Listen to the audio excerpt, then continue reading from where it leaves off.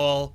I don't know why I do the wall. I think because then people know, like, we're not. This isn't the show. Like, the show begins when I drop the curtain.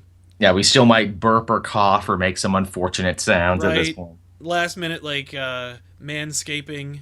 Mm. Just really trying to clean your face. Because, Yeah. like, well, and that, I think that all stems from my theater background. I used to Mm. act a lot, and I was like, and so I love the idea of, like, take a bow, like, here, like, no, Yep. you do this shit on you get your, you know, whatever. I also did a fair amount of theater, and I interned with a cable company for a little bit, so I'm well versed in that as well. Oh, nice. Although I interned at a cable company in a small northern town, so we did two things like all the time: Yeah. film city council in our Okay. small podunk little Oh town. yeah, that's fun. Which, yeah, that's every bit as fun as you think it would be. I Uh-huh. got to meet the mayor one time, and I thought that was really interesting. Then we were doing it every week, and I'm like, God, it's the friggin' mayor of my small town. Jesus. This guy wants to talk to me again. I know. It's like, dude, at the time, I wasn't a voting age. I'm not a voting age, and even if I was, I wouldn't Yeah. care. But thank you, though. And then the other thing we did was amateur curling nights, and these would actually be played live on TV. Ooh. And I will never forget when we did the live amateur women's curling final that went into like a triple overtime on a Friday night. And just the fury of everyone around us. Like, it was us, and then it was like obviously the guy in the truck who was managing us, who actually worked for the company. Oh yeah. He was just in our ears, get it over with, damn it. End this. Like, Mm. no, this is fascinating. This is triple death overtime. He's like, I will go out on the ice and I will finish this game myself. He's like, is anyone watching? Does anyone care? If we just walked away, would anyone care? Do you guys have access to that? Could you, like, look on the thing and be like, "Oh yeah, no one's watching. We can." I'm sure I did. Like, I could have had like the cable package. Like, I don't want to name the company, No, but no. I never did, because they were the small local cable channel. Why get that when you could get like a big name brand? Yeah, that's true. Although I did do a Humane Society thing Ooh. that I wonder if that ever went up, because I'd like to put that on my reel. I'd like to put that on my IMDb page, because I was Yeah. kind of proud of it. Nice. It was like, they sent us around to kennels, and we got to like talk to the people who work at the Humane Society. But the two things that really blew me away, I got to talk to like a canine officer with the drug dog and everything, and he got to do like the whole drug test and everything, like, go find the drugs, boy. That was fun. And then, I shit you not, and I have no idea who arranged this. Mhm. I had to interview a pet psychic. Oh Jesus. And I think all psychicness is like total bullshit. I think Yeah. it's total charlatanery. I think you're a fucking scumbag and a cheat and a liar. Yeah. So I'm acting my ass off talking to this woman, like, no, you don't say. Oh, that's amazing. Yeah, exactly. No. No, that yeah, you're definitely not a fraud. Yeah, and the thing is, like, I obviously watch all the shows on fake psychics, so I know to look for cold reading and all the tells and all Oh, the yeah. other crap they're doing. Mhm. Like, she was skulking around the room when we were setting up. Like, she came like 5 minutes before she was supposed to, Uh-huh. and she was just listening in on all of our conversations and sizing us up for the cold reading like you would do. Right. Right. And I'm like, I know what you're doing, lady, and I can't spoil. I would love to tear into you, but I know what you're doing. Yeah. I can't. I always, as a kid, as a teenager in the mall, they always had like a psychic had a card table Oh, right, for the tarot cards for the and tarot stuff. cards, and they advertised psychic readings, but they also always parked their table next to the car that was available for sale, and I always Oh. wanted to get into it and then run them over and be like, I bet you didn't see that coming. Like, because if you did, you wouldn't have set up your table today. Bet you should have opened up your third eye on that Yeah, one. get your friggin' wand of Watum. Get your chakras in order, break the fiery chains of Sitarak or whatever. They're technically the Crimson Bands, but I'll the fact that you pronounce Cyterac correct, I'll let it slide. Hey Thanks, everybody, welcome to the Elseworlds Exchange. I am Sal. You all know who I am at this point. I'm Joel. What's up? It's Cape Joel. What's going on, guys? We're true to form, back to basics. And today, we've got a whopper of an episode for you. We were talking about the idea of what we were going to do for this episode, talk about the topics that we got. We got a breadth of topics, but we thought we'd bring it back to its roots, talk about some good old-fashioned comic book stuff. People have indulged us as we've gone elsewhere with the Yes. Elseworld Exchange. Explored crazy out there ideas and magic powers, but now we're bringing bringing it back to basics. We're getting the band back together. Exactly. So that we can then later on go off the beaten track again, and people aren't like, this isn't even about comics. This is about bullshit. Why are we talking about hybrid cars today? This isn't even close to what we're talking. It's that classic thing they say in Hollywood for actors where it's like you do one for them and you do one for you, Right. is what it is. Oh my god, have you seen that that coffee commercial with George Clooney and Danny DeVito? No, I haven't. There's this friggin' hoity-toity coffee commercial where the two of them are doing a show or a movie or something, and they're on their break and they go get coffee, and Danny DeVito wants whatever George is drinking, and so they go on a trip to go get the coffee he's drinking. And I'm looking at it, and I turn to Tiffany and I go, I guess George Clooney wants to make another fucking movie about sad dads. He does that really. What was his last sad? The Descendants. That was his sad dad. Which Descendants is actually a really good movie. It's from the same guys who did Sideways. If you love sad dad movies, that is like the Cadillac of sad dad movies. But like this man, every time he wants to make a movie for himself, he goes like, I guess I'll make another Ocean's movie. And the last 2 times he did that, everyone was like, get the fuck out of here. And he's like, oh shit, okay, well I guess I gotta make Tomorrowland? Oh, yeah, that was a thing that exists. It was a thing. It was a thing that died on the vine. A thing that further adds more fuel to the theory that Brad Bird is a card-carrying objectivist, because all of his movies seem to carry these huge objectivist themes to them. Oh, no question. But, but also the movie didn't do well at all. No. But it's like, guys, it's a Disney movie based on another Disney ride. Did you see what those Pirates of the Caribbean movie did? This will do the same thing. That's right. And you know what? I liked the idea, and I just never caught it. But I hear it's beautiful. Yeah. Oh, yeah. It looked beautiful from the trailers. Yeah. It looked nice. So today we're going to talk about some rogues gallery for villains. But before we do that, we thought we'd soften up the crowd a little bit by revisiting some old glory days of my inspiration for this channel, which is Wizard Magazine, and take the top 10 heroes of the time and pit them against the top 10 villains of the time and see who would come out on top. So we're gonna test our comic book knowledge of 20 years ago and sounds good to me. Chat with and see who would reign supreme, and then get into the actual topic. So now, I, of course, you did this famously before, back when you were just doing your regular Q&As without me, and I was a big fan of the Wizard Magazine episode that you did, where it's like, what will the future be according to Wizard Magazine? And some things they were kind of close to, and in other ones, it's like you could not have been way more way off. For the most part, they had no idea. Like, they weren't even close.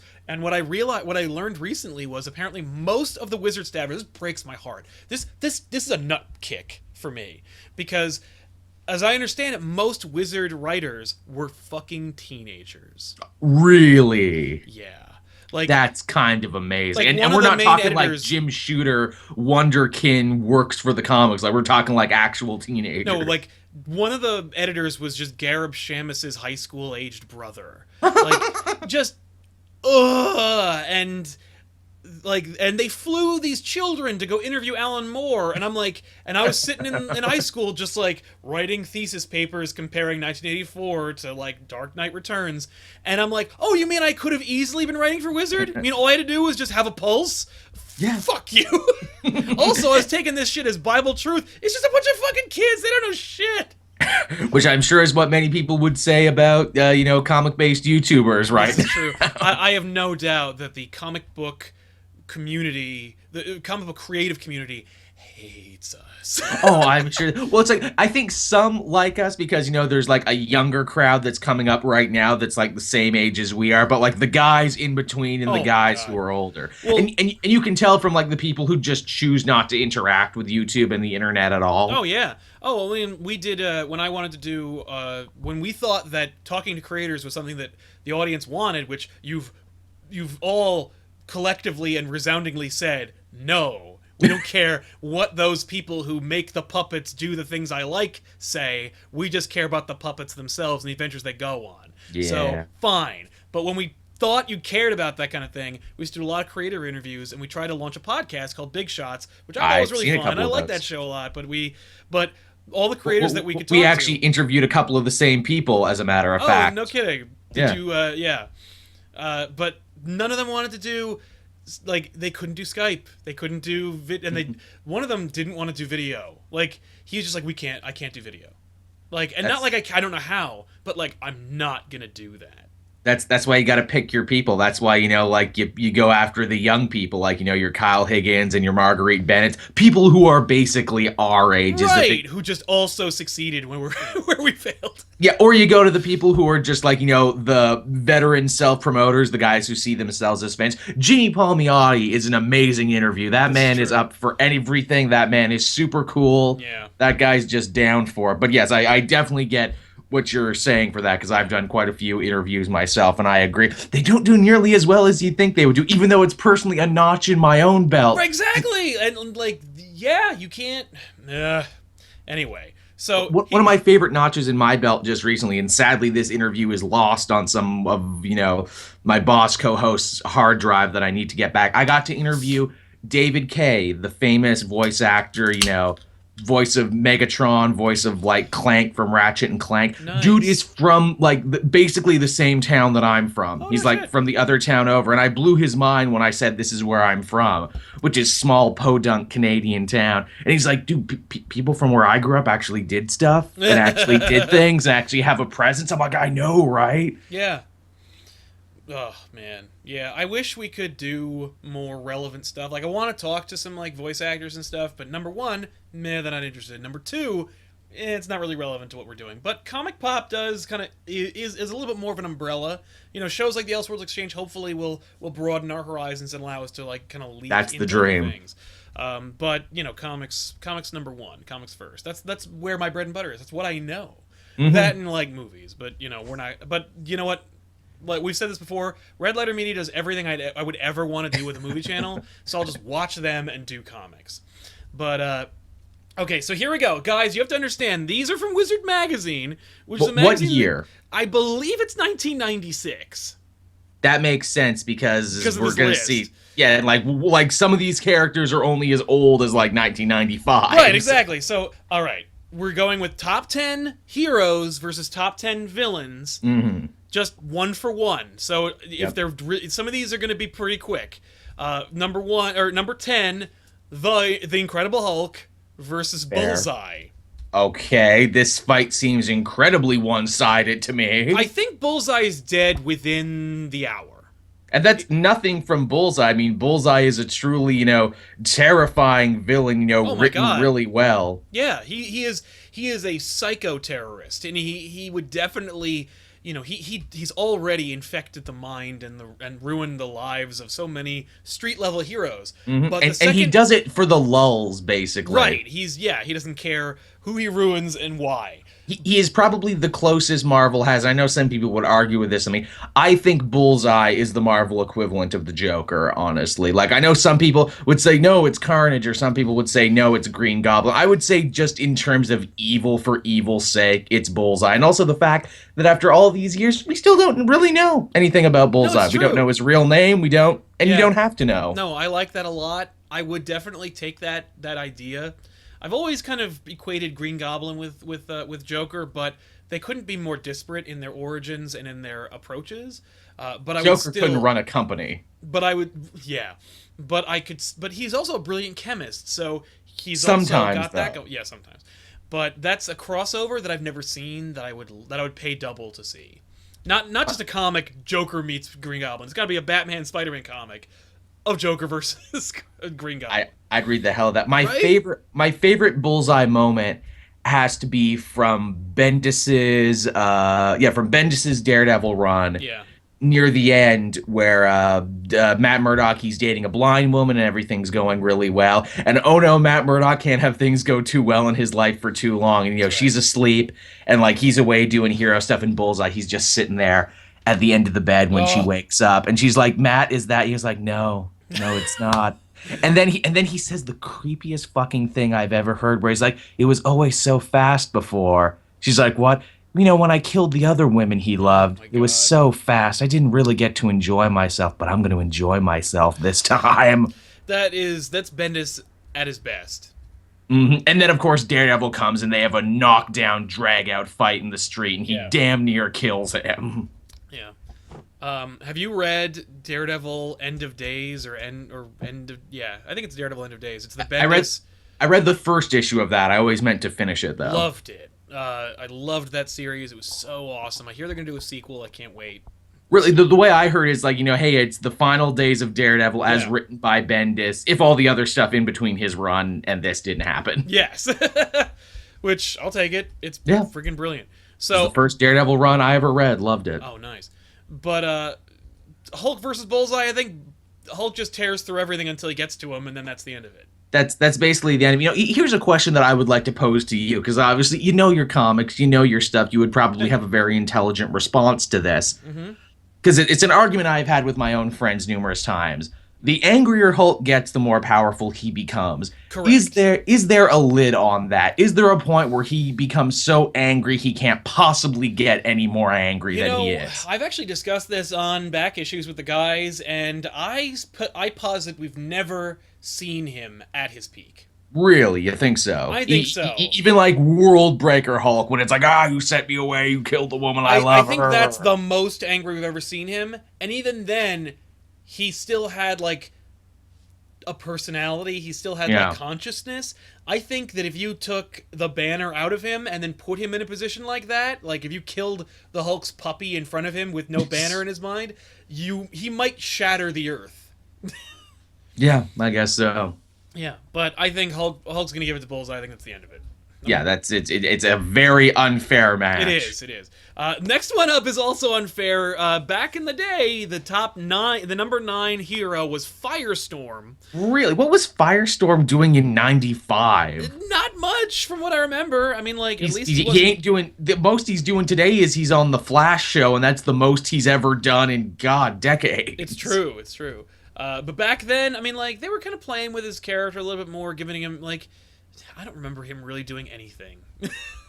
But his opponent is Sabretooth. Who I have always liked Sabretooth. I think he is genius in simplicity as a villain. The worst Sabretooth is when you overly complicate him or you try to civilize him.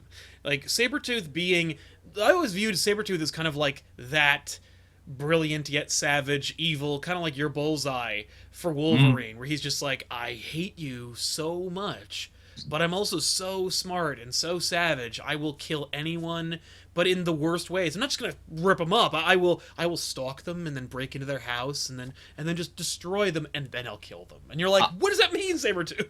I always really liked the X-Men Evolution version of Sabretooth, who was just, he had no plan. He had no great agenda. He just waited in the wings and fucked with Wolverine whenever he had the chance. It was like, hey, it's your birthday. I'm going to come and kill you. Or going to try to come and kill you. Exactly. No, that's my favorite Sabretooth. It's just like Wolverine is sent on a mission by the X-Men. He's got to go do something. And then Sabretooth shows up. He's like, I don't care about your X-Men stuff. I just care that you're alone. Rah! Like, cool fight. I live to ruin your day, and I want you to forever live in fear. Yeah, then I'll ruin it. Like, anytime you're having a nice time, I know you're there, and I'll ruin it. And it's because, you might be able to beat me. You and we are essentially immortal. We will do this battle till the end of time is the thing. But eventually some of your friends and family are going to get caught in the crossfire of me. And that is what I live for, is for those moments when, Wolverine says, I'm going out on my own. Don't follow me, Rogue, Jubilee, whoever. And then they do fall, and he's like, oh, goody, this made my day. Exactly. Oh, good, you made some friends. And interestingly, like, they've tried to change him around now to where he's one of the few characters who actually stayed good in the, like, lead out of Axis. Yeah, which they don't want you to remember or talk about. They're just like, so Sabretooth turned good. He does that sometimes. Don't think about the event that made him good, though. Moving on. Yeah, he was on the Uncanny Avengers team for like 5 issues in a story that was totally not about him.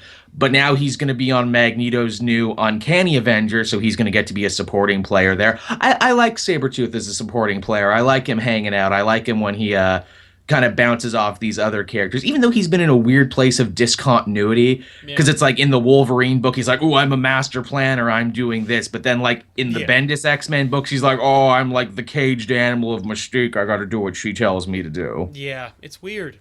In the case of Sabretooth versus Firestorm, I mean, Firestorm died by being stabbed. So, I mean, like, and stabbed and then he explodes.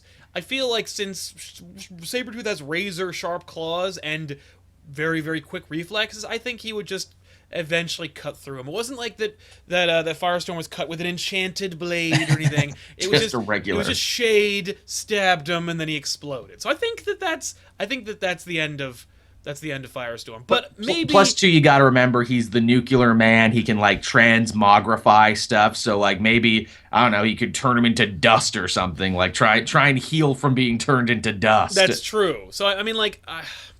I think if Sabretooth claws Firestorm, that's the end of Firestorm, because we've seen that if you cut him, he dies. Don't count out Flight, though, is the thing. Flight true. is always a good ace in the hole. It's like, oh, you can't get me up here, Sabretooth. I just flew away from you. And then blasted you with some elemental energy. Remember in Forever Evil, in the lead up to that, they kept saying, oh, Firestorm's going to be important because he can turn, like matter into kryptonite. He's going to be so important, Firestorm. He's going to be a key. And then he never did the thing they set him up to do. Yeah. Yeah. No. But he's getting a miniseries now because he's popular on television. Oh, boy. The chat just reminded me actually with Shiny Night Sword, so it does need to be magic. So technically, it was an enchanted blade. I don't know if it magic had anything to do with it, but I think it was just super sharp. So whatever. But the point being, I don't know. I guess I'd give it to Firestorm just because of how like he could legitimately just atomize Sabretooth, and he's a bit OP. Yeah, and Sabretooth doesn't have the same kind of like red blood cell growth into a human being healing factor that Wolverine has. He's good, but he's not Wolverine good, which is another thing that always impacts his character. Yes. The feeling of knowing he's not as good as Wolverine every day. I can do basically the same things. In many ways, I'm the same character, only, I embrace my animalistic side where Wolverine denies it every day and runs from it. It's true. It's that classic dark mirror thing that I love so much. I am a dark mirror to you. Yes, and those are always the best. Those are always the best villains. That's how you can measure a great villain or a great hero is by how well reflective their villains are, their rogues are. If I inverse you, what do you become? Exactly. So then number 8, the top 8 character back in the day was Professor X. I'm assuming because of Onslaught. I guess. And then versus Carnage. Yeah, this is a 90's list, all right, and it's going to get even more 90's as time goes on. Wait until we get, but I think Professor X just shuts him down. I mean, that's the thing. Professor X is a god mod. He's playing with all the cheats turned on, Professor X. Yeah, I mean, like you could argue that the symbiote can be made into knives and he could stretch it. Doesn't matter if it needs to be a brain to be operated, that's the end of it. Now, a symbiote does have a mind, but it's not quite a human mind, so maybe, but Professor X does have experience with otherworldly beings. He's met the Shi'ar, he's tapped into Lilandra's mind. It could be that he might have gleaned some kind of information about the symbiotes and how to shut them down. I mean, like, wouldn't it be funny, Professor X versus Carnage? Oh, hey, I just went into your mind and I made you sane. How do you like that? Yeah, how do you like that? I just put you into a box. Get out of that, you crazy redneck. Yes, meanwhile, let me get Sunspot or something to burn that parasite off of your body. I imagine, Cletus Cassie would probably be really mad at Professor. He's like, oh, look at you, just another stuffed shirt liberal, in your fancy mansion house. Yeah, he's the Harvard intelligentsia. You think you're better than me just because you have a PhD in shiny wheels that you move around on? I actually love the idea they're playing with recently with Carnage is just like a dumbass redneck. Yeah. I absolutely kind of love that characterization. It is definitely at least characterization, which is more than I could say for what he was back in the day, which is true. Which is like, I am death. I mean, I did like the idea of I liked I want to say it was DeMatteis' interpretation of Carnage, where he's like, where he had no personality, and DeMatteis is like, yeah, he's a person who has no background, who has no life, who has no like identity, and he's just like, I now have the power to kill on a large scale. I'm death. Like, I am Destroyer death incarnate. Like, but I'm also an asshole. Like, it's not just I am death, destroyer of worlds. I am death and also a douche. And a ginger too, a redneck ginger serial killer. Yeah. What a combination of things there that they're having. I actually kind of liked when they turned again to bring it back to Axis. I liked that 3-part arc where they turned him good for a minute, where he was like, "I'm still a killer. That's still in the back of my mind, but I gotta fight that though." Right.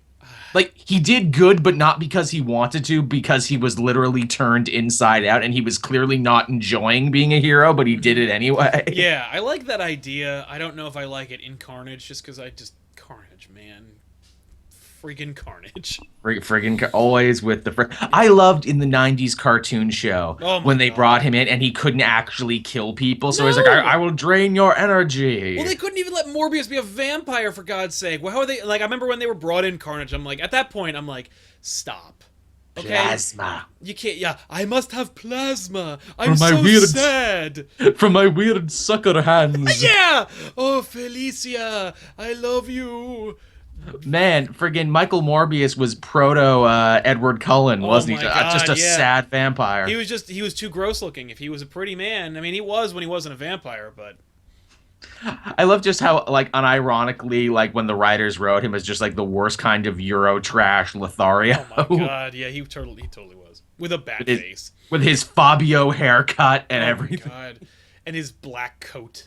Yeah. Oh yeah, that. Man, I wanted that black coat back, and I'm like, man, that looks so good. When it probably I had that black coat, man. Let me tell you, like, me and Kevin Smith had a lot in common, and it wasn't just a predilection for dick jokes. It was also cool cape-esque coats.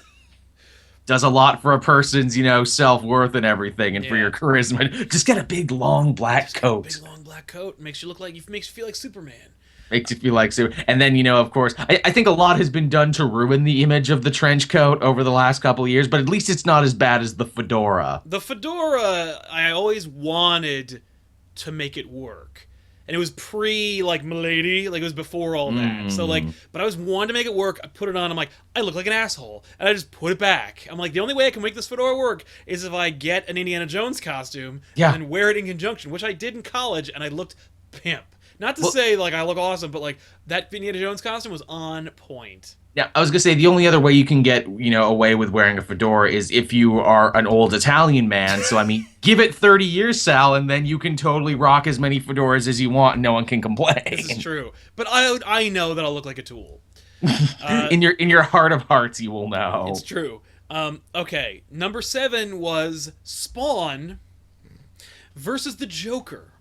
And Joker only at number 7. That's interesting in this 90s it was 1996. list. He didn't really have much going on. The thing is, like, Joker doesn't have a shit ton of great stories.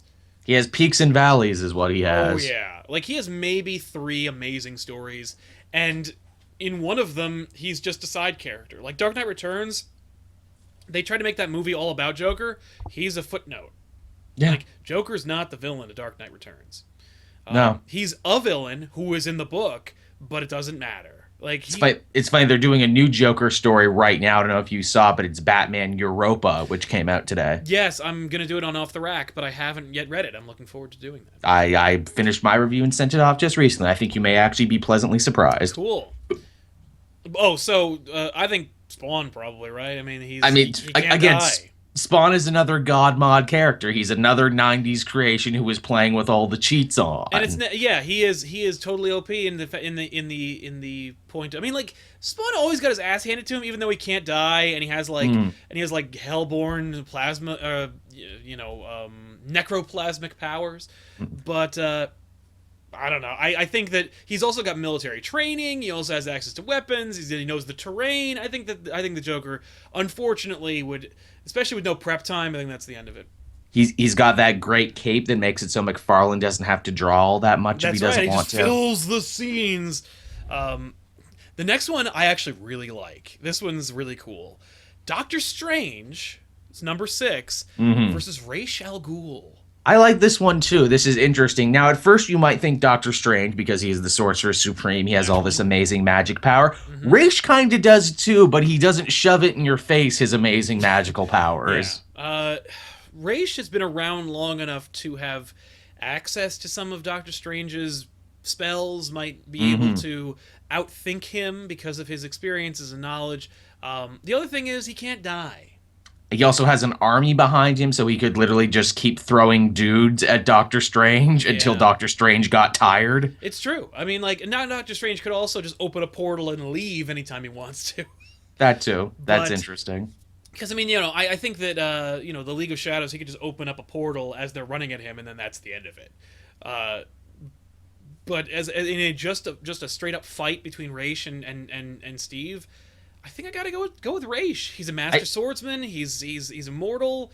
In a hand-to-hand fight, Raish In a takes hand-to-hand Strange fight, apart. yeah. Now, Doc does have a couple of amenities that would help him out. The cloak levitation is also sentient, so it could also help him out. Might be able to disarm Ra's al Ghul, but I don't know. I mean, like, and you also, of course, have in your back pocket the fact that if any one of Raish's minions has survived, he'll just, take him back to the Lazarus Pit. Yeah. Now, Doctor Strange does also have a couple other things. He has the Eye of Agamotto, which allows him to see into the soul of Ra's al Ghul and maybe flip it around in him, maybe use some mind games on him. I don't know. I think that might freak him the hell out if he looked into his soul. He'd be like, oh, God. Yeah, you are a freak, but I don't know. But, man, you treat your albino son so mean, Ra's al Ghul. Now, that said, he could also throw Wong at him. That too. He's like, hey, you got your army. I have this one Asian man who is amazing and does everything. It's true. Now, Wong, I'm sure, is probably an expert in a lot of things. If it was Danny Rand versus Ra's al Ghul, I don't know. But, I don't know. I don't know if Wong actually knows how to master, if he's a swordsman. But he is a badass, so... Well, look, I mean, if you're fighting Ra's al Ghul, obviously you need to get shirtless and have a sword fight with him on top of a bunch of dudes. And if you are fighting, if you are having a sword fight, and it is against Ra's al Ghul, then you must have a lot of chest hair. That too, because that was the style at the time. Yeah, because that is what Neil Adams thought men looked like. Oh, Neil. Man, you see he's doing a new Superman book now, Rise of the Supermen. Yes, I saw that. And it's the old costume. Yeah, well, it's a little bit weird because he did like a variant cover of like the My Ward is a Junkie, but it's Robin and it's Superman I saw and Batman, and he did like this hodgepodge of the costumes he likes drawing and the New 52 DCU costumes, and he's like, I don't know what anyone looks He's doing like. that for every book that month too. Aquaman is Black Manta with Joker's 5-way revenge with the big card and everything. Huh, that's cool. He's doing that for everyone. It's funny. That Ward is a Junkie thing. I love that piece of art so much. That's actually hanging on my wall. I'm sure people who watch my videos will know that it's there. And it's signed by Neil Adams, too. Oh, that's awesome. It's my favorite piece. I don't know why it's my favorite piece. I just love that image. It's because I'm a huge Green Arrow fan, and that's one of the most iconic images with him on it. Yeah, I think actually the cover of this episode is a Neil Adams cover of Batman versus the Joker. All right, next one up is The Flash, which is interesting. Versus Doomsday. Now, hasn't this fight actually happened I've a couple never times? seen The Flash fight Doomsday, and he certainly didn't do it during the original Doomsday saga. Right, because which is that like, was what the hell, man? Like, no one... Like, Wonder Woman didn't show up. Flash didn't show up. You had the crappies 90's Justice League. You had Bloodwind, and Maxima, and Ice.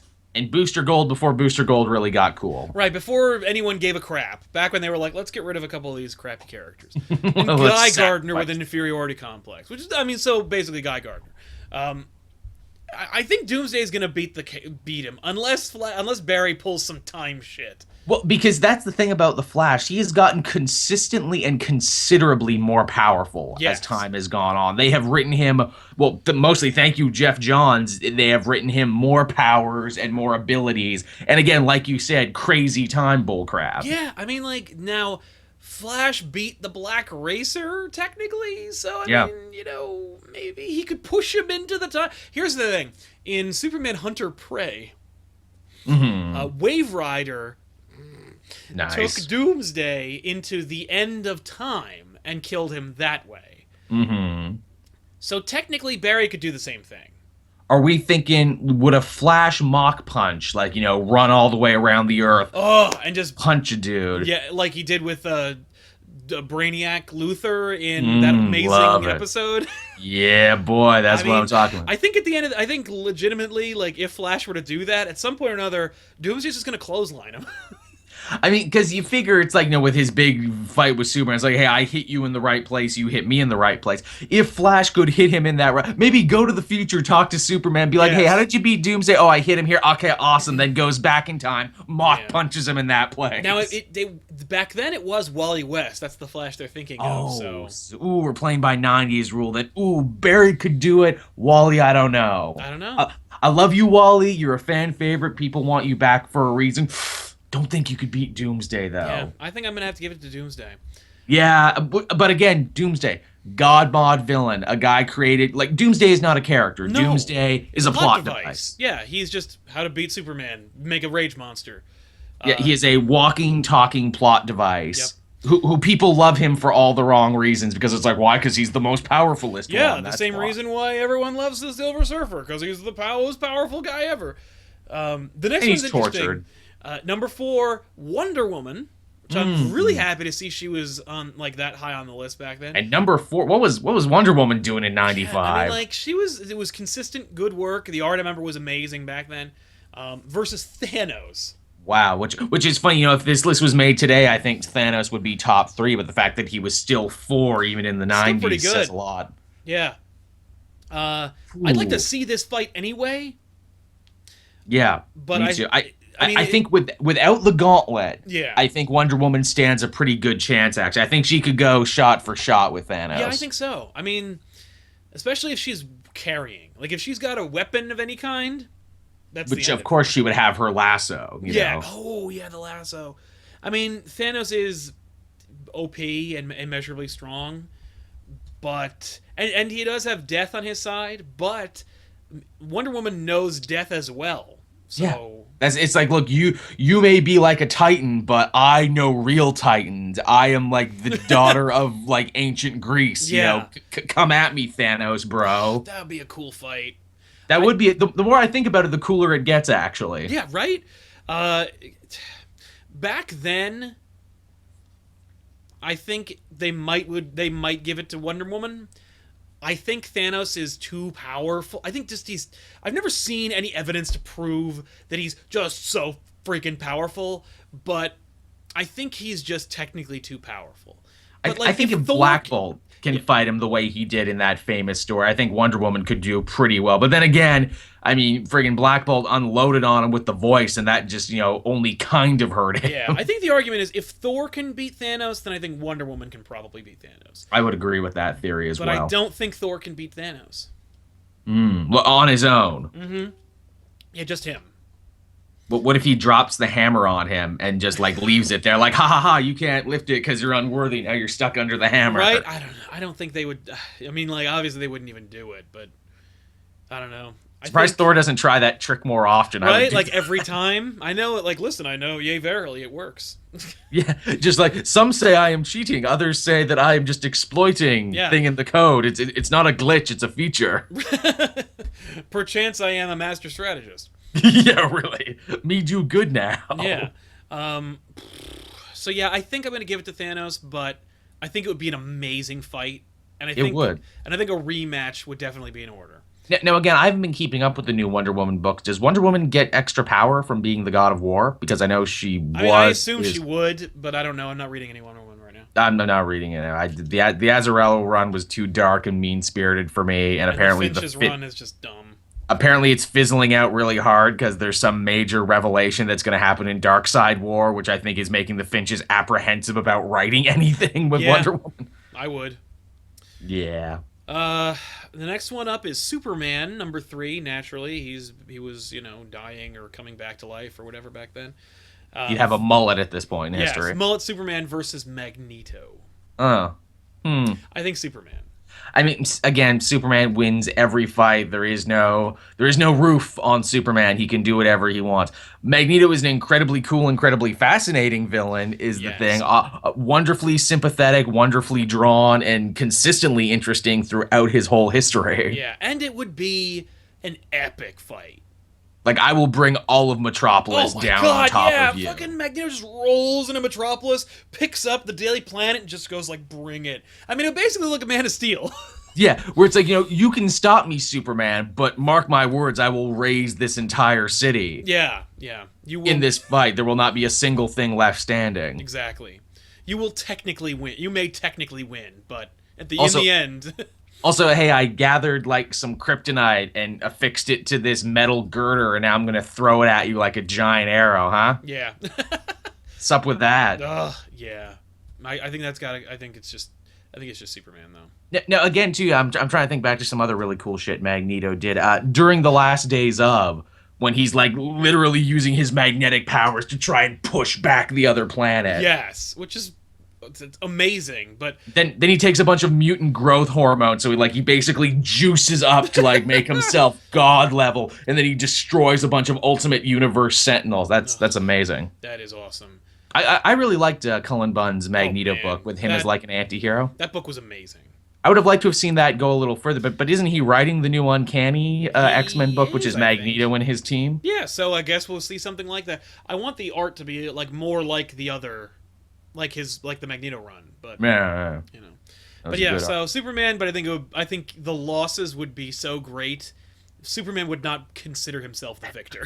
Another favorite Magneto moment that I thought of right now is in Jimmy Palmiotti's What If Avengers vs. X-Men. Oh yeah.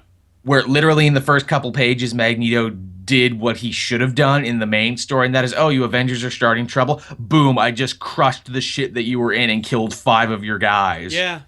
I killed 5 of your heaviest hitters right away, because that's what I can do. Because that's how I roll, bitch.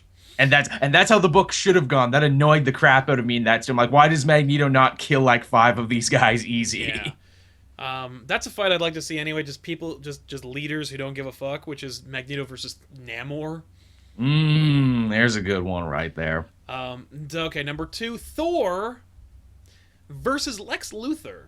Which is interesting because you think after all these years, Lex Luthor hasn't been able to defeat a Thor-level type hero in Superman. Yes. But Thor is a very different animal to Superman, and in fact, Thor has kind of gotten his own Lex Luthor just recently in the comics with Dario Agger, the president of Roxxon. Right. I think I gotta go with Luthor, because Luthor is a genius, and I'm certain he knows Norse mythology. Oh, of course he will. And knows how to kill Thor. And if Dario Agger can beat Thor, not by being like a Minotaur and not like beating him in fists, he beats him with red tape, which I love. Yeah, I think Lex is gonna be like, oh no, you're just aliens, indestructible aliens are a problem for me, but Norse gods I can handle. Like, I would imagine Lex Luthor would build such a wall around him of red tape and bureaucracy, Thor could never get at him in a million years. Yeah, I mean, if it's just Thor being like, yea verily fucketh you, like if he just like goes through the tower and he's just like, that's the end of you. Then again, you have to think too, stuff like his war suit and all this other stuff has been built solely to fight a Kryptonian. Would it be any good versus someone who's not a Kryptonian? Right, I think that his arsenal, his anti-Superman arsenal, would be a formidable opponent. I think that if it were a comic book, if it were just like, let's see this happen, obviously Thor would win, but it would be bloody and it would be hard. I think that Luthor, just being a ruthless bastard and being a genius, he would comb over every bit of Norse mythology and ultimately come out with some kind of defeat. You know what he would do? Let's not forget, Thor, perhaps the worst loss he has suffered in the last little bit, was at the hands of a mere mortal by the name of Nick Fury. So I imagine Lex Luthor might pull the whispery bit where it's like, hey, just come here for just a minute. Oh, I'm unworthy now. Crap. I mean, like, Thor could easily just be like, yeah, you've killed someone. Like, you've killed an innocent, and I arranged it, and like, he is. Don't count Luthor's brilliance out, because just because he's lost to Superman every time doesn't mean that he wouldn't destroy a Superman-level character. What I love about Lex Luthor as a character is that he has always evolved and changed to match culture. Like, when he first appeared, he was a mad scientist because science was scary at the time. And in the 90s, he became an evil businessman because, fuck the man, evil businessman. And now currently he's like, what would you call his job now? He's like some contractor for the government, some like Dick Cheney. Yeah, he is a Halliburton character. Yeah, exactly. Because those are like the most evil people now. I'm surprised that, around like Occupy Wall Street, they didn't make him like some sort of Wall Street guy. Well, I guess he is being a businessman. He always has. Yeah, he's always been. I think once the Byrne era was like, no, he's a business mogul. He's a billionaire. Who's more evil than billionaires? And it's like, can't argue with that. And that's the truth forever. All you have to do now is just occasionally, like, add things to that. Yeah, absolutely. You just have to make him say certain stuff. I loved in that Superman Doomsday movie where he's such a genius. He's just like, oh, hey, I got this guy working on the bird flu. I just came up with the cure for HIV. Oh, no, don't give it to people, though. I want this to be an annual. I want this to be a thing people have to pay for yearly. Yeah, right. I cured it, but slow it down, though. We got to make some money off of this. Yeah. That's such a beautiful evil, and again, too, like I think in All-Star Superman, where it's like, no, if you wanted to save the world, Lex Luthor, you could have. Yeah, exactly. No, the fact is, like, you are not. If you wanted to, you would have already. And for that brief second, how he perceives the universe, how Superman sees it. Yeah. And he understands, and his mind is opened. I like the ending of the movie better because he learns from it. Yeah, he actually learns a lesson. And then the final one is just a badass fight anyway, and we've seen it a million times, which is Silver Surfer versus Doctor Doom. Yeah, here's a fight. Yeah, we absolutely have seen it before. Doom's beaten him a million times, taking the board, siphoned it off. Ultimately, Surfer breaks free, but only with the aid of the Fantastic Four. I think if it's just Thor, or I think if it's just Norrin versus Victor, I think it's gonna go to Victor. And if we want to talk the Battle of the God Mods, and again, this is what this really is here. Yeah. I mean, Silver Surfer always gets to be on top because, like, I have the power cosmic. It's the greatest, most amazing power that's ever been. Yeah. But what is the power cosmic, though? Right. What are your limitations? What does that mean? Where does it come from? Does it just mean you can shoot energy out of your fists, or can you create matter? But then Doctor Doom's like, yeah, well, I've had the power of the Beyonders multiple times, and I remade the universe, so ha. Yeah, I think, to quote an old, to use one of my senior quotes, I think I gotta go, the answer is Doom. Yeah, the answer is always going to be Doom on this one. I would definitely say Dr. Doom wins this fight. And man, talk about Dr. Doom, a villain who had one of the worst times ever at the movies just recently, but is in the middle of probably one of the greatest comic stories told about him in a very long time. Easily one of the best Dr. Doom, like, villainy stories that they've done with the character. I wouldn't say it's number one, but it is. It's certainly up there. It's the biggest. I mean, obviously, he's the leader of everything. Like, and yeah. And he's still a bastard. Like, I think it's amazing. And that they're still rolling with him. Like, they've buried everyone else on the Fantastic Four, but he's a main player in Invincible Iron Man right now, and they don't know whether or not they should trust him. Yeah, I think that's awesome. And that's the list. There's another list, but I think we'll just go to number one, just because of how 90s tacular it is. Oh God, it is. And it was Nate Gray himself, the X-Man, versus Venom. Screw right off with that number one. You should all be ashamed of that number. I feel ashamed for you for that number one. Yeah. Like 20 years later, and I feel ashamed because of that number one. It's Eddie Brock Venom, and it's Nate Gray. I mean, obviously Nate Gray beats him because he's, stupid and more powerful than anything. Even his name is dumb. X-Man. Get out of here with that shit. X-Man. X-Man. I'm the X-Man. Like, fine. So, thank you very much for playing with us in that ridiculous list.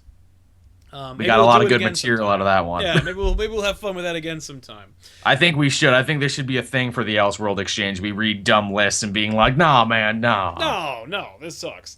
But we wanted to talk a little bit about rogues galleries and which one is the best? And which one is the most underrated? Yes. Now, it's interesting because I've had this discussion with the gang a couple of times now. We've talked about the fact that, like, obviously we go to Batman first, because Batman has one of the most identifiable rogues galleries. Probably the most recognizable, and I mean, if we want to talk like three-dimensional villains, he probably has the most three-dimensional villains. Easily. The fact is, like, if Joel Schumacher isn't involved, you could tack every villain of his to a movie, and it would be compelling and awesome. It's true. The Batman villains are the stars of their own stories, and in fact, they often do headline their own stories. Oh yeah, they do. Batman the Animated Series. Some of the best episodes of that show didn't even involve Batman. That's right. I mean, like, most of the movies are about the villains, and Batman just happens to be in them. Oh yeah, Batman is incredibly passive in almost all of the movies, except for, like, Batman Begins. Yeah. In every other one, the villain moves the story along, and Batman just kind of reacts. Which is weird, isn't it, that we haven't gotten past that? No, and they won't. Like, it'll never get, because the fact is, it's the most fun. Like, the villains, if they're done well, are awesome and fun. Yeah. And Batman is, he has to play it straight. He's got to be like, he's not going to be nearly as fun as Heath Ledger's Joker, or even silly Bane. Like, Yeah. like he's hilarious, and the character's ruined now. It's, I'm always going to be this. Like, Two silly Banes from, Yeah. I was born in the darkness. Boom. yeah, and Boom. Bane smash. God damn. Dude, I love Bane so much because I was a huge fan of the Secret Six, and they make him almost like Rocky-esque. Yeah, where In he's like, those where it's like, yeah. Yeah, I used to be something. I beat the, I broke the bat. Yeah, they're like, yeah, that was friggin' 1996. Yeah, pal. that's and everyone treats him like he's like, I peaked too early in my career, is the thing. I did too good too fast, Right. and I've been like coasting on that achievement forever, but I've never really done anything else. And I'm like, wow, Bane is like a character with pathos, and you Yeah. feel sympathetic and bad for him. But then, of course, New 52, they drop that completely. Oh, yeah. Which is so stupid, because, like, it's so funny. I remember Bane being like, I will own Gotham City. All I have to do is break the bat. And then he breaks Batman's back. He throws him off the top of a building on some no-name street. And then he just goes back to where he was, his hideout, and goes, yes, I own Gotham now. You don't own shit. You haven't gone to the mayor's office. You don't control an underworld. You have 6 crappy supporting characters. Who One of never them- come back. Yeah, one of whom is a falconer. Aren't those guys a reference to like Doc Savage's crew from like the Yeah. radio drama and shit? Oh yeah, a trog, short for troglodyte. Like, come on, that's you don't even have you couldn't even afford like Tweedledee and Tweedledum or the Mad Hatter to help you out. Like, you gotta get Trog. Actually, I think in later stories when they made him like this crazy mercenary leader guy, I think like Trog and Falconer and all those other stupid names were like the call signs of the dude in his army. Like, this is Trog 1, etc. Ah, I see. Which ain't a bad idea. I'm like, oh, okay, that's fair. That's fair enough. Yeah, exactly.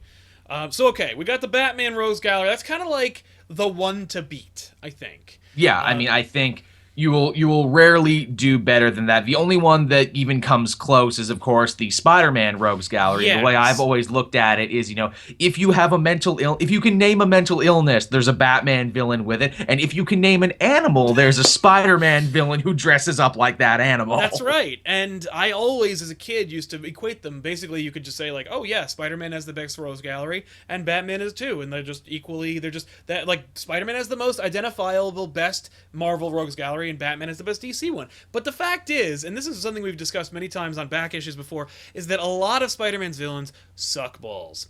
Is that they're just so bad and boring and crappy, and like, I love so many of them. Mm-hmm. And, Oh, yeah. and Dan Slott thinks he can do anything with them. Like, he thinks that And he often tries. yeah. But the fact is, like, either they're too powerful to be interesting, or they didn't really think it through. Like, they're usually either pawns, or they're just villain of the week. Like, okay, I gotta fight Scorpion again. But at the end of the day, like, Scorpion's just a guy in a suit who fights. It's like, what drives Matt Gargan? What drives the Scorpion? What is his pathos? What is his raison d'etre? Yeah, and like, sometimes they play with that. They do something cool with that. But other times they're just like, I don't know, like, maybe he does this. Like, I don't know, the Rhino is gonna go rob a bank, or the Green Goblin is like, well, I mean, like, there are peaks and valleys, like you say, with some of those rogues. Remember that story, Flowers for Rhino, which was to take on Flowers for Algernon, when it's like, let's make the Rhino really smart and see where that goes. Yeah, it's very on the nose. But they're definitely the most identifiable. But as the movies have proven, and I think that this is true, I think this is legitimately true, unlike Batman, you can't just blindly reach into the Spider-Man toy box, grab any action figure and go, this movie! Like, you can't just go like, oh yeah, here we go, and then go, Electro! Proven.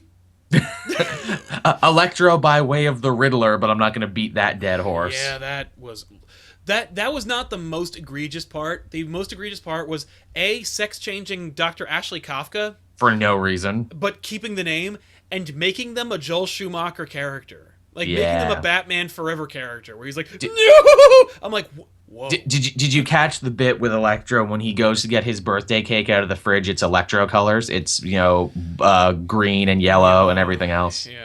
Yeah. Thanks for that. Like, Yeah, they'll like it. Trust me, they'll notice. But what are some of the underrated ones, the underdogs that should, I think, be noticed? Because Well, I'm you not know, even saying Spider-Man's the number one. I'm just saying, like, those are the ones you look at and you're like, these are the most identifiable. Or well, you know, again, just to compare the two for a little bit, the way I've always felt about, what's it? The Batman's Rogues Gallery all represent something in him. They all, like, the best ones, Two-Face represents his duality, Poison Ivy, his fanaticism. Joker, Yeah. obviously, you're crazy just like me. Exactly. I'm the other side of you. Yeah. Yeah, with Spider-Man, it's though like they all challenge him in a certain way, but more on like a physical power sort of way, where it's like Doc Ock, I'm a genius like you, Vulture, I you can swing, but I can fly. Well, for me, it's always been like I feel like the animal thing has only been explored with Spider-Man Blue and Straczynski's run with the totems. Yeah, that's right. But for me, it's always been science gone wrong.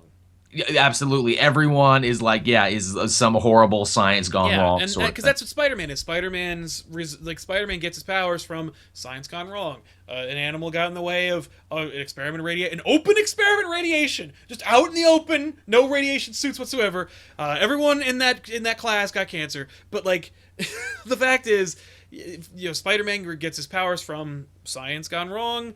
Electro, even Chameleon to some extent, And that's why in Ultimate Comics, they're just like, hey, you know what? They all got it from the same science accident. There, nice and clean. Yeah, it's very clean. The Ultimate Universe, man, Ultimate Spider-Man, thought went into it, effort went into it, and it was just very... Even Spectacular Spider-Man did it good, where they're like, okay, so we need a bunch of like crazy costume supervillains to fight Spider-Man so we, the mob, can continue to sell drugs and prostitution and gambling and everything. Yeah. Oh man, that was a brilliant move on their part. Let's go. We've done Kingpin before. The 90s were never going to compete with that. Let's do Tombstone. Keith David is just man. Tombstone is a super underrated villain. I really like him. He's got a cool look. He's got a cool name. Also has a cool background that he's an albino kid from Harlem. Where it's like, well, that's cool. Yeah, I always hated Tombstone, and I was like, oh man, it's another Tombstone story.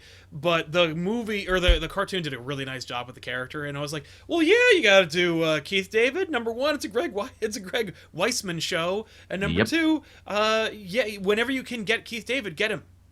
Lonnie Lincoln, man. Yeah. So all right, who are some underdogs? Who are some underrated? I would throw out Daredevil. Yeah, Daredevil's Rogues Gallery is interesting, and I have to take my hat off to Mark Waid for kind of reaching deep in there and being like, okay, Stunt Master. I'm going to tell a story about Stunt Master and why he's cool and why he's dangerous and why he kind of messes with, Daredevil's powers. Yeah. I like that. Even with the classic ones, but even then, like when you go classic, there's really only like 3 or 4.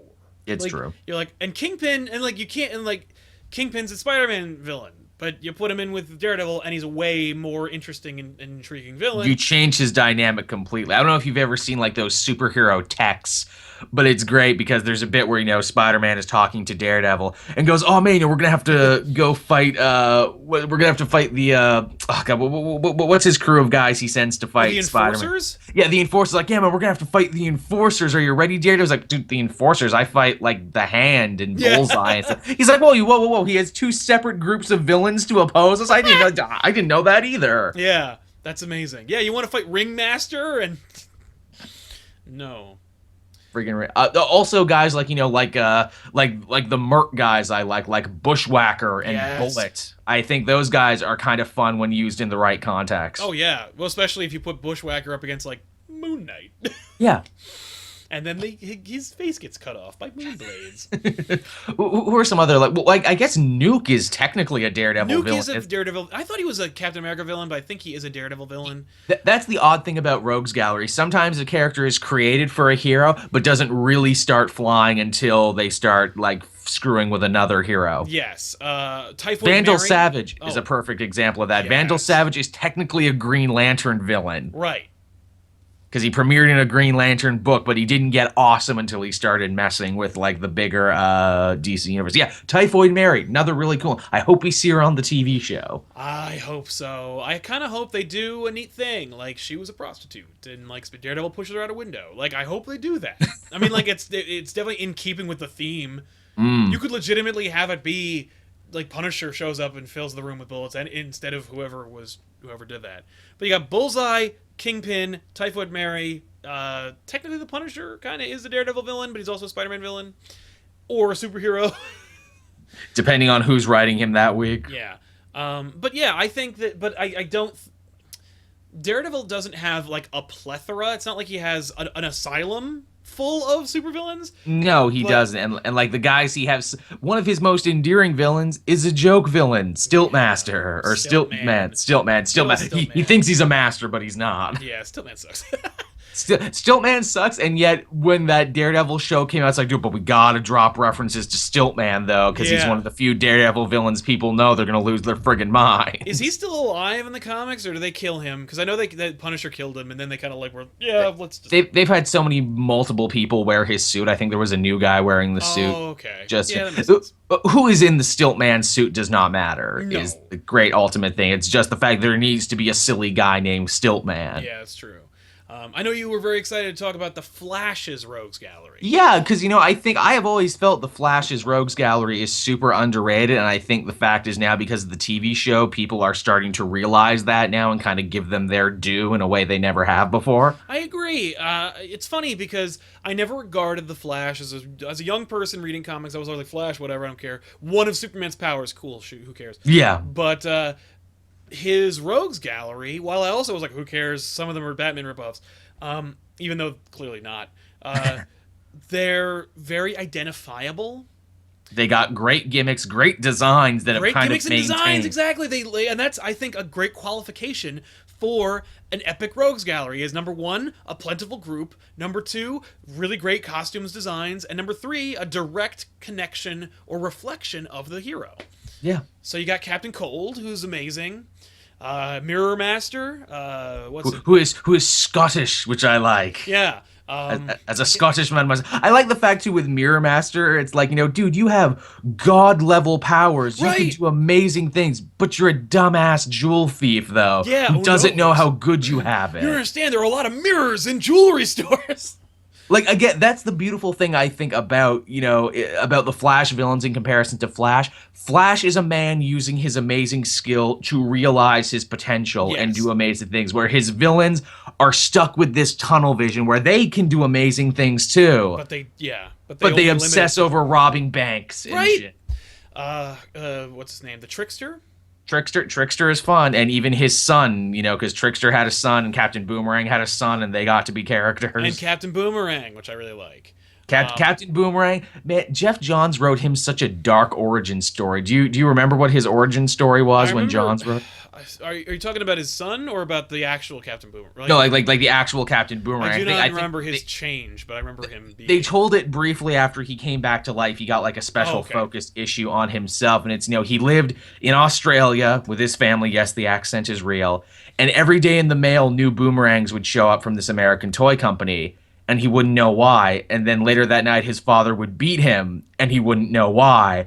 And it wasn't until he was an adult and took a vacation to America that he found out, oh, this guy who runs the toy company had an affair with my mother when she was in Australia. I'm his kid, not my dad's. This is why he keeps sending them to me. And then the guy says, well, hey, you know what? We can hang out now. I want boomerangs to be the hip new thing in America. You got to be Captain Boomerang. You'll be the spokesmodel for these toys. Mm-hmm. And he did. And it was a huge, massive failure because American kids have video games and don't give a shit about boomerangs. No, exactly. And then in his anger, he's like, oh, well, I got to make up for all this money I lost. I know, I'll use the costume to go rob a bank. Right. And then the Flash stops him. And then there's this really tragic moment where, he gets a letter from his mother to come home. She's died of cancer. And they're at the funeral. And his dad and his brother, like, you should never have come back. Harkness, you should never have come back. And he picks up one of his boomerangs and he chops their heads off. That's awesome. And he's like, I never even felt it left my hand. And I'm like, wow, the dark origins and pathos of Captain Boomerang. Right? Like, oh, shit, Captain Boomerang got fucking intense. Yeah. I'll also throw this out there, Grodd. Grodd is super cool. Who's a character that I never gave a crap about, again, until that cartoon show with that amazing voice actor. Grodd, who played Grodd? Was it Powers Booth? I want to say yes. He was amazing. Grodd is wonderfully evil, is the thing too. Like he's like definitive supervillain, where he's like, no, this is my life and this is what I do. Well, like, and I love Grodd in as much as he also has tunnel vision, where he's like, he could do all these amazing, cool things, and he wants to turn everyone into gorillas. Plus, you get like the whole Gorilla City thing, and like how he's the thing. Oh my god! And how he's like the black sheep of this, utopian society where everything's cool, but he's got to be the one outlier. He's got to be the guy who goes no. Yeah. And he's kind of like that, brains and sophistication, but literally in the body of a savage monster. Right, exactly. So he never can. And you get that great moment when, like, the veneer of civility washes away when he's fighting, and he just becomes like a screaming monster, just hammering on stuff. Yes. And you're like, oh, you're rocking that as a reflex, huh? This is the real you. Yeah, it's true. Don't forget about Eobard. Eobard, the Reverse Flash, man. Again, Jeff Johns turned what is just a silly palette swap. What a silly of a villain. character, like, idea, and then turned it into something that is character defining. Character defining and also terrifying is the thing too. I think it was either in Flashpoint or it was in the lead up to it, where Barry's narrating and he says, me and Bruce, we would often talk about in the tower about who had the worst psychopath villain, the Joker or Eobard Thawne. And he says, the thing about the Joker is I lock him away every so often, but Thawne can literally get at you at any moment in time or space. Yeah.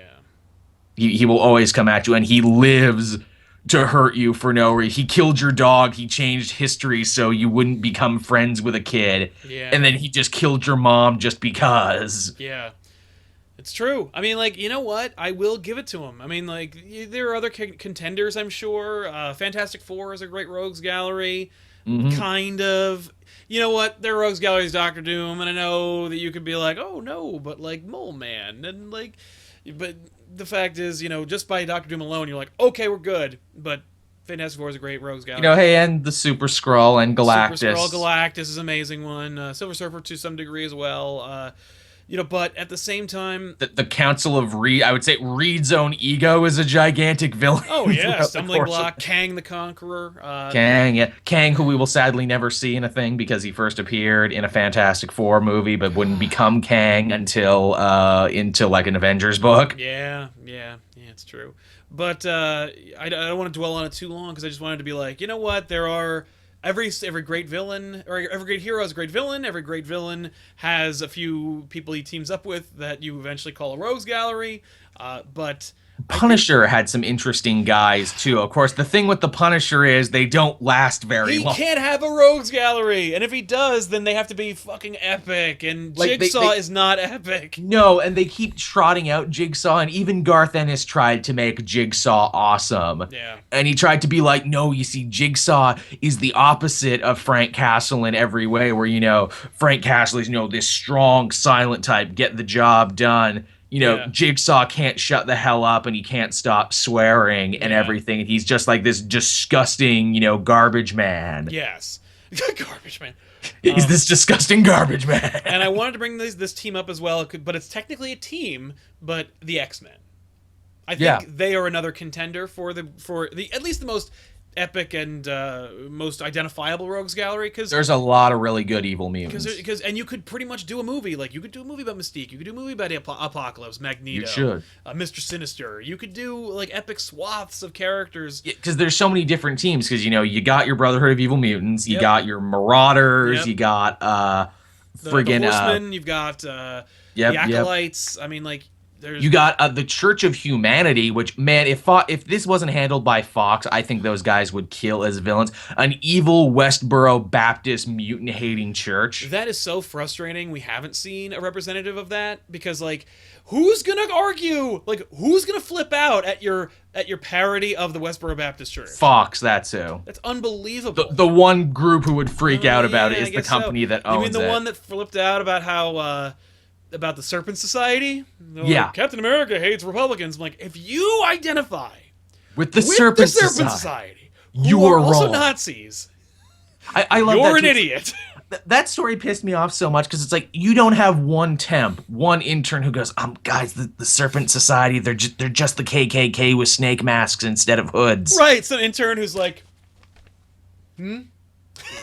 oh, crap. Hellfire Club. I love the Club. Hellfire Club because again, it's beauty and simplicity where, the X-Men and the Brotherhood are like, no, rights of mutants. No, we hate humans. The Hellfire Club is like, no, we are going to use our amazing powers to be hedonists is the thing. Just sex, drugs, rock and roll all the time. Which is an amazing idea.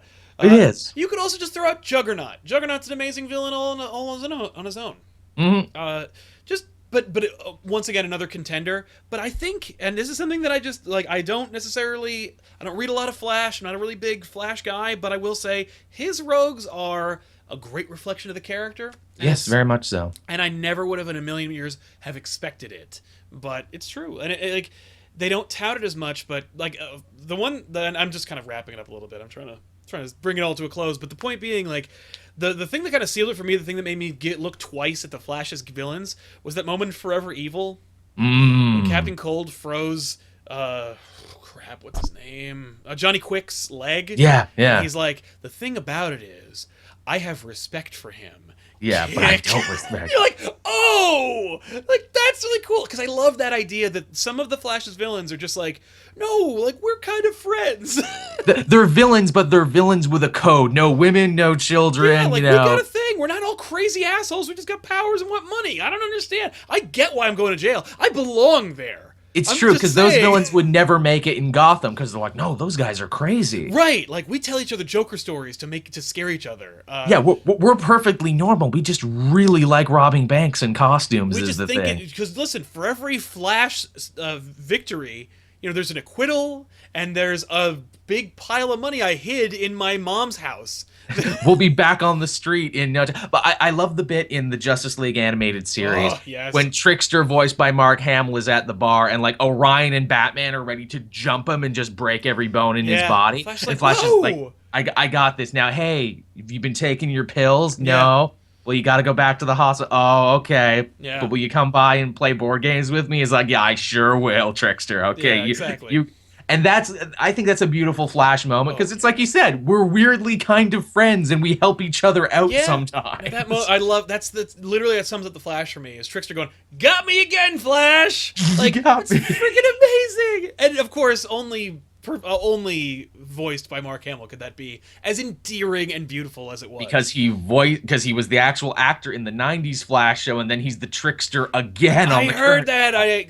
That's amazing that he got to be the Trickster. He's amazing. He chews every piece of scenery. If you watch no other episode of Flash, you need to watch that one. He is a master at work. So good. And Mark Hamill deserved a bigger career than the one he got. I mean, look, he's Luke fucking Skywalker, and I'm not saying he'll be like pigeonholed in that character, but I'm saying like, listen, you're a Titan, you're Luke fucking Skywalker, like you will be that forever. You like when the cities are but dust, you will still be Luke Skywalker. And the Joker can't take that away from you. And the Joker, they can never take that away from you. But I wish that he had been in more stuff. Like I wish that they had tried a couple more times to give him something. Well, and not just Wing Command. Horrible motorcycle crash, I think, really. He doesn't look that bad. I mean, like, we saw him in as the Trickster back in the Flash. That was like 1991. He looked okay. Yeah. I don't know. I think that's just the fact that he is Luke fucking Skywalker. You're like, listen, we got Luke Skywalker, man. Oh, also, too, while we're on the subject, Captain America. Captain America, I think, has a really lousy rogues gallery. Just because they've made them better. He has a handful of good ones, like Red Skull, obviously, immortal Nazi, can't mess with that. Zemo, Crossbones. They're all immortal Nazis. But see, Crossbones I like. Yes. Because Crossbones is just like the perfect example of like a villainous shit kicker of just like, I am a scumbag, thug for money, no job too dirty, I will totally do it. But then he kind of gets taken in and becomes like the surrogate son of like the most evil Nazi ever. And he's like, yeah, this guy's showing me the way to real supervillainy. I liked his portrayal in the Secret Wars Red Skull miniseries. That was good. He's only in it for an issue, but he's amazing in that. I mean, and then he comes back at the end. Yeah, that series was fucking great. It was. I also like that he's stupping the Red Skull's daughter too, which is also kind of fun. Yeah. He's like, man, this is a good deal for me. Right. I'm winning on all fronts. Yeah, good on Everything's coming up Brock Rumlow. I mean, like, he's gonna be the villain in the new one, probably. He's going to be one of, I'm sure, many villains in that movie. I can't Also, believe I like they've given him power armor in that. Yeah. I can't believe they put Batroc the Leaper in the movie. And that he was cool. And then he was fun. He did a great job. I'm the master of civility, Captain America. We will fight now. I would kick you. I'll kick you with my feet. I have big, strong legs. Like, thank you. It's civility. It is a French martial art. Don't you mean karate? No, I mean civility. No. No. Nuke, we kind of mentioned before. I love Nuke. Just like a berserk flag waving. I tattooed a flag on my face. Right, yeah. There's no coming back from that. Kyle Baker also mentioned Arnim Zola. Forgot about him, and I don't know how. Big German TV face guy. Yeah. What's not to love about it? I remember his role in an Excalibur story that was amazing, and I can't remember how it goes, but it's that's when I was first introduced to Zola, was in an Excalibur book, and I'm like, who is this lunatic in a friggin' like that's in a. And technically, Taskmaster is also a Captain America villain, and when done right, awesome. You want to talk about an amazing fight I want to see? Taskmaster versus Prometheus. Who wins that fight? Oh, man. Who wins the battle of the copy masters? Yeah, right? I mean, I feel like eventually they would just stop. Is that a fight that just goes on forever? You copy me, I copy you, you copy me, I copy you. Yeah. Well, eventually, my hope would be that, like, the cleverness would kick in, where it's like, well, if you make a copy of a copy, they don't come out as good as... Mm-hmm. So he just does the same move over and over again. I'm keep copying that one move. No, and then you find the chink in the armor. And Prometheus is back as of recently in the pages of he's in Midnighter of all things. He's been revealed to be the guy pulling the strings in Midnighter. Oh, that's cool. Good for him. Yeah, I thought, I'm like, hey, that's cool. Big, time Batman villain getting premiered in Midnighter. I like that. And it makes more sense for him to be a Midnighter villain, because Midnighter with the whole computer in his brain, Prometheus, a guy who can copy stuff. Right, I like that. I like that better. I like him not being associated with Batman. And I haven't read any of Midnighter besides the first 2 issues, I think. The first 2 issues was what I read, and I was like, okay, that's cool. Moving on, I got a lot of other books to read. Pretty much. Another good one the chat had there. Who was like the Grand Emperor or the Grand whatever? He was a Captain America at one time, but he became the leader of like an evil white supremacist group. I don't know. He had a name like the Grand Emperor, the Exalted, whatever, because it's like a play on actual Ku Klux Klan stuff. Oh, Jesus, no, I do not remember the Klansman bad guy for Captain America. He was Captain America at one point, but they had like brainwashed him or something, and he was leading this evil white supremacist group. Yeah. No, I don't remember that. Iron Man's Rogues Gallery. There's a sad Rogues Gallery. His Rogues Gallery sucks so much.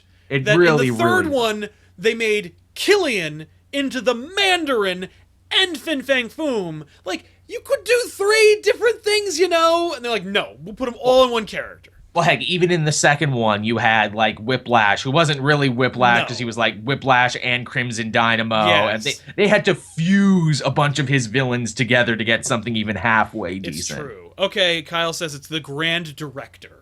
Thank you, the Grand... I knew, which, like the Grand Dragon, so there you go. I mean, you could have just called him Grand Dragon. I think that would have been fine, but... But does the actual KKK own, like, the right to that word? Because they're good at that. They know their legalese. Dude, the Hells Angels sued Marvel UK. I talked about this because they had created a character for their books called Hell's Angel, and they got sued, and the bikers won. That was in your show, that was there. The Nerd Sync show.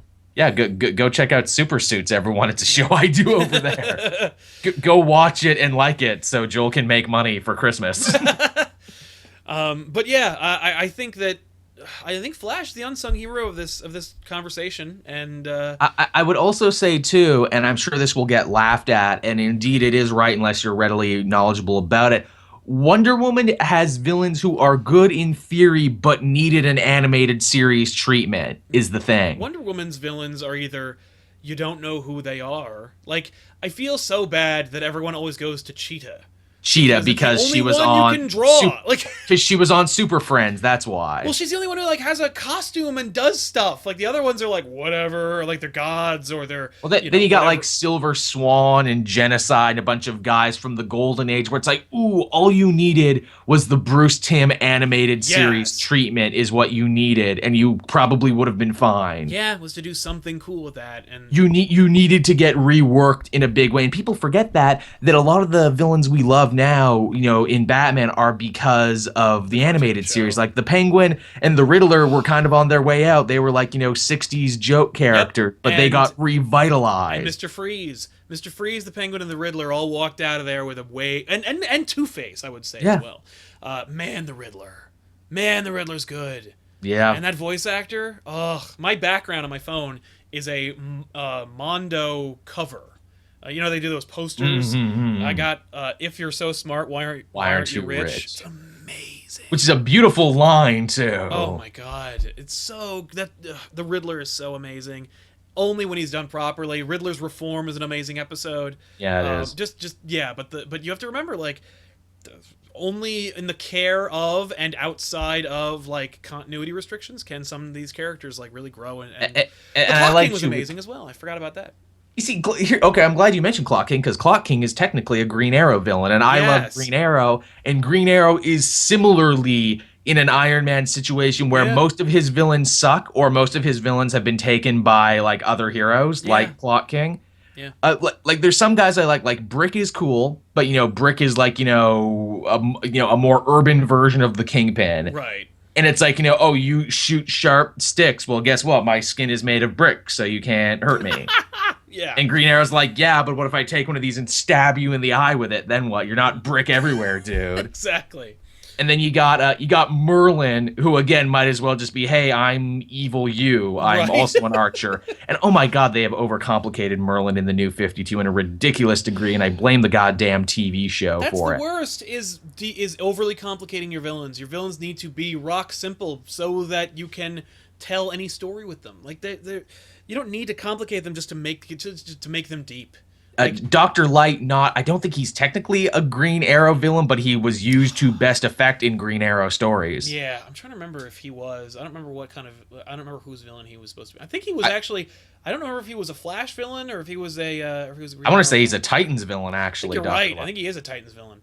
But yeah, I think actually the Rogues Gallery conversation, we're gonna have to talk about this again and really just hit a list. Just like this. Deathstroke, another instance of, a Titans villain, but in recent years has been tied more closely to Batman. And in those Judd Winnick stories, I think it's really good run with him there. I think it's a combination of the Judd Winnick stories and the video game. The video games have done like so much to like move characters around, because by the time they got to the third Arkham, it's like, oh, we used up most of the Batman villains. Yeah, it's true. Now. I was amazed at their restraint with those games, by the way. Like in the first game where they're like, no, he's not going to fight Clayface. I'm like, oh! But then, later...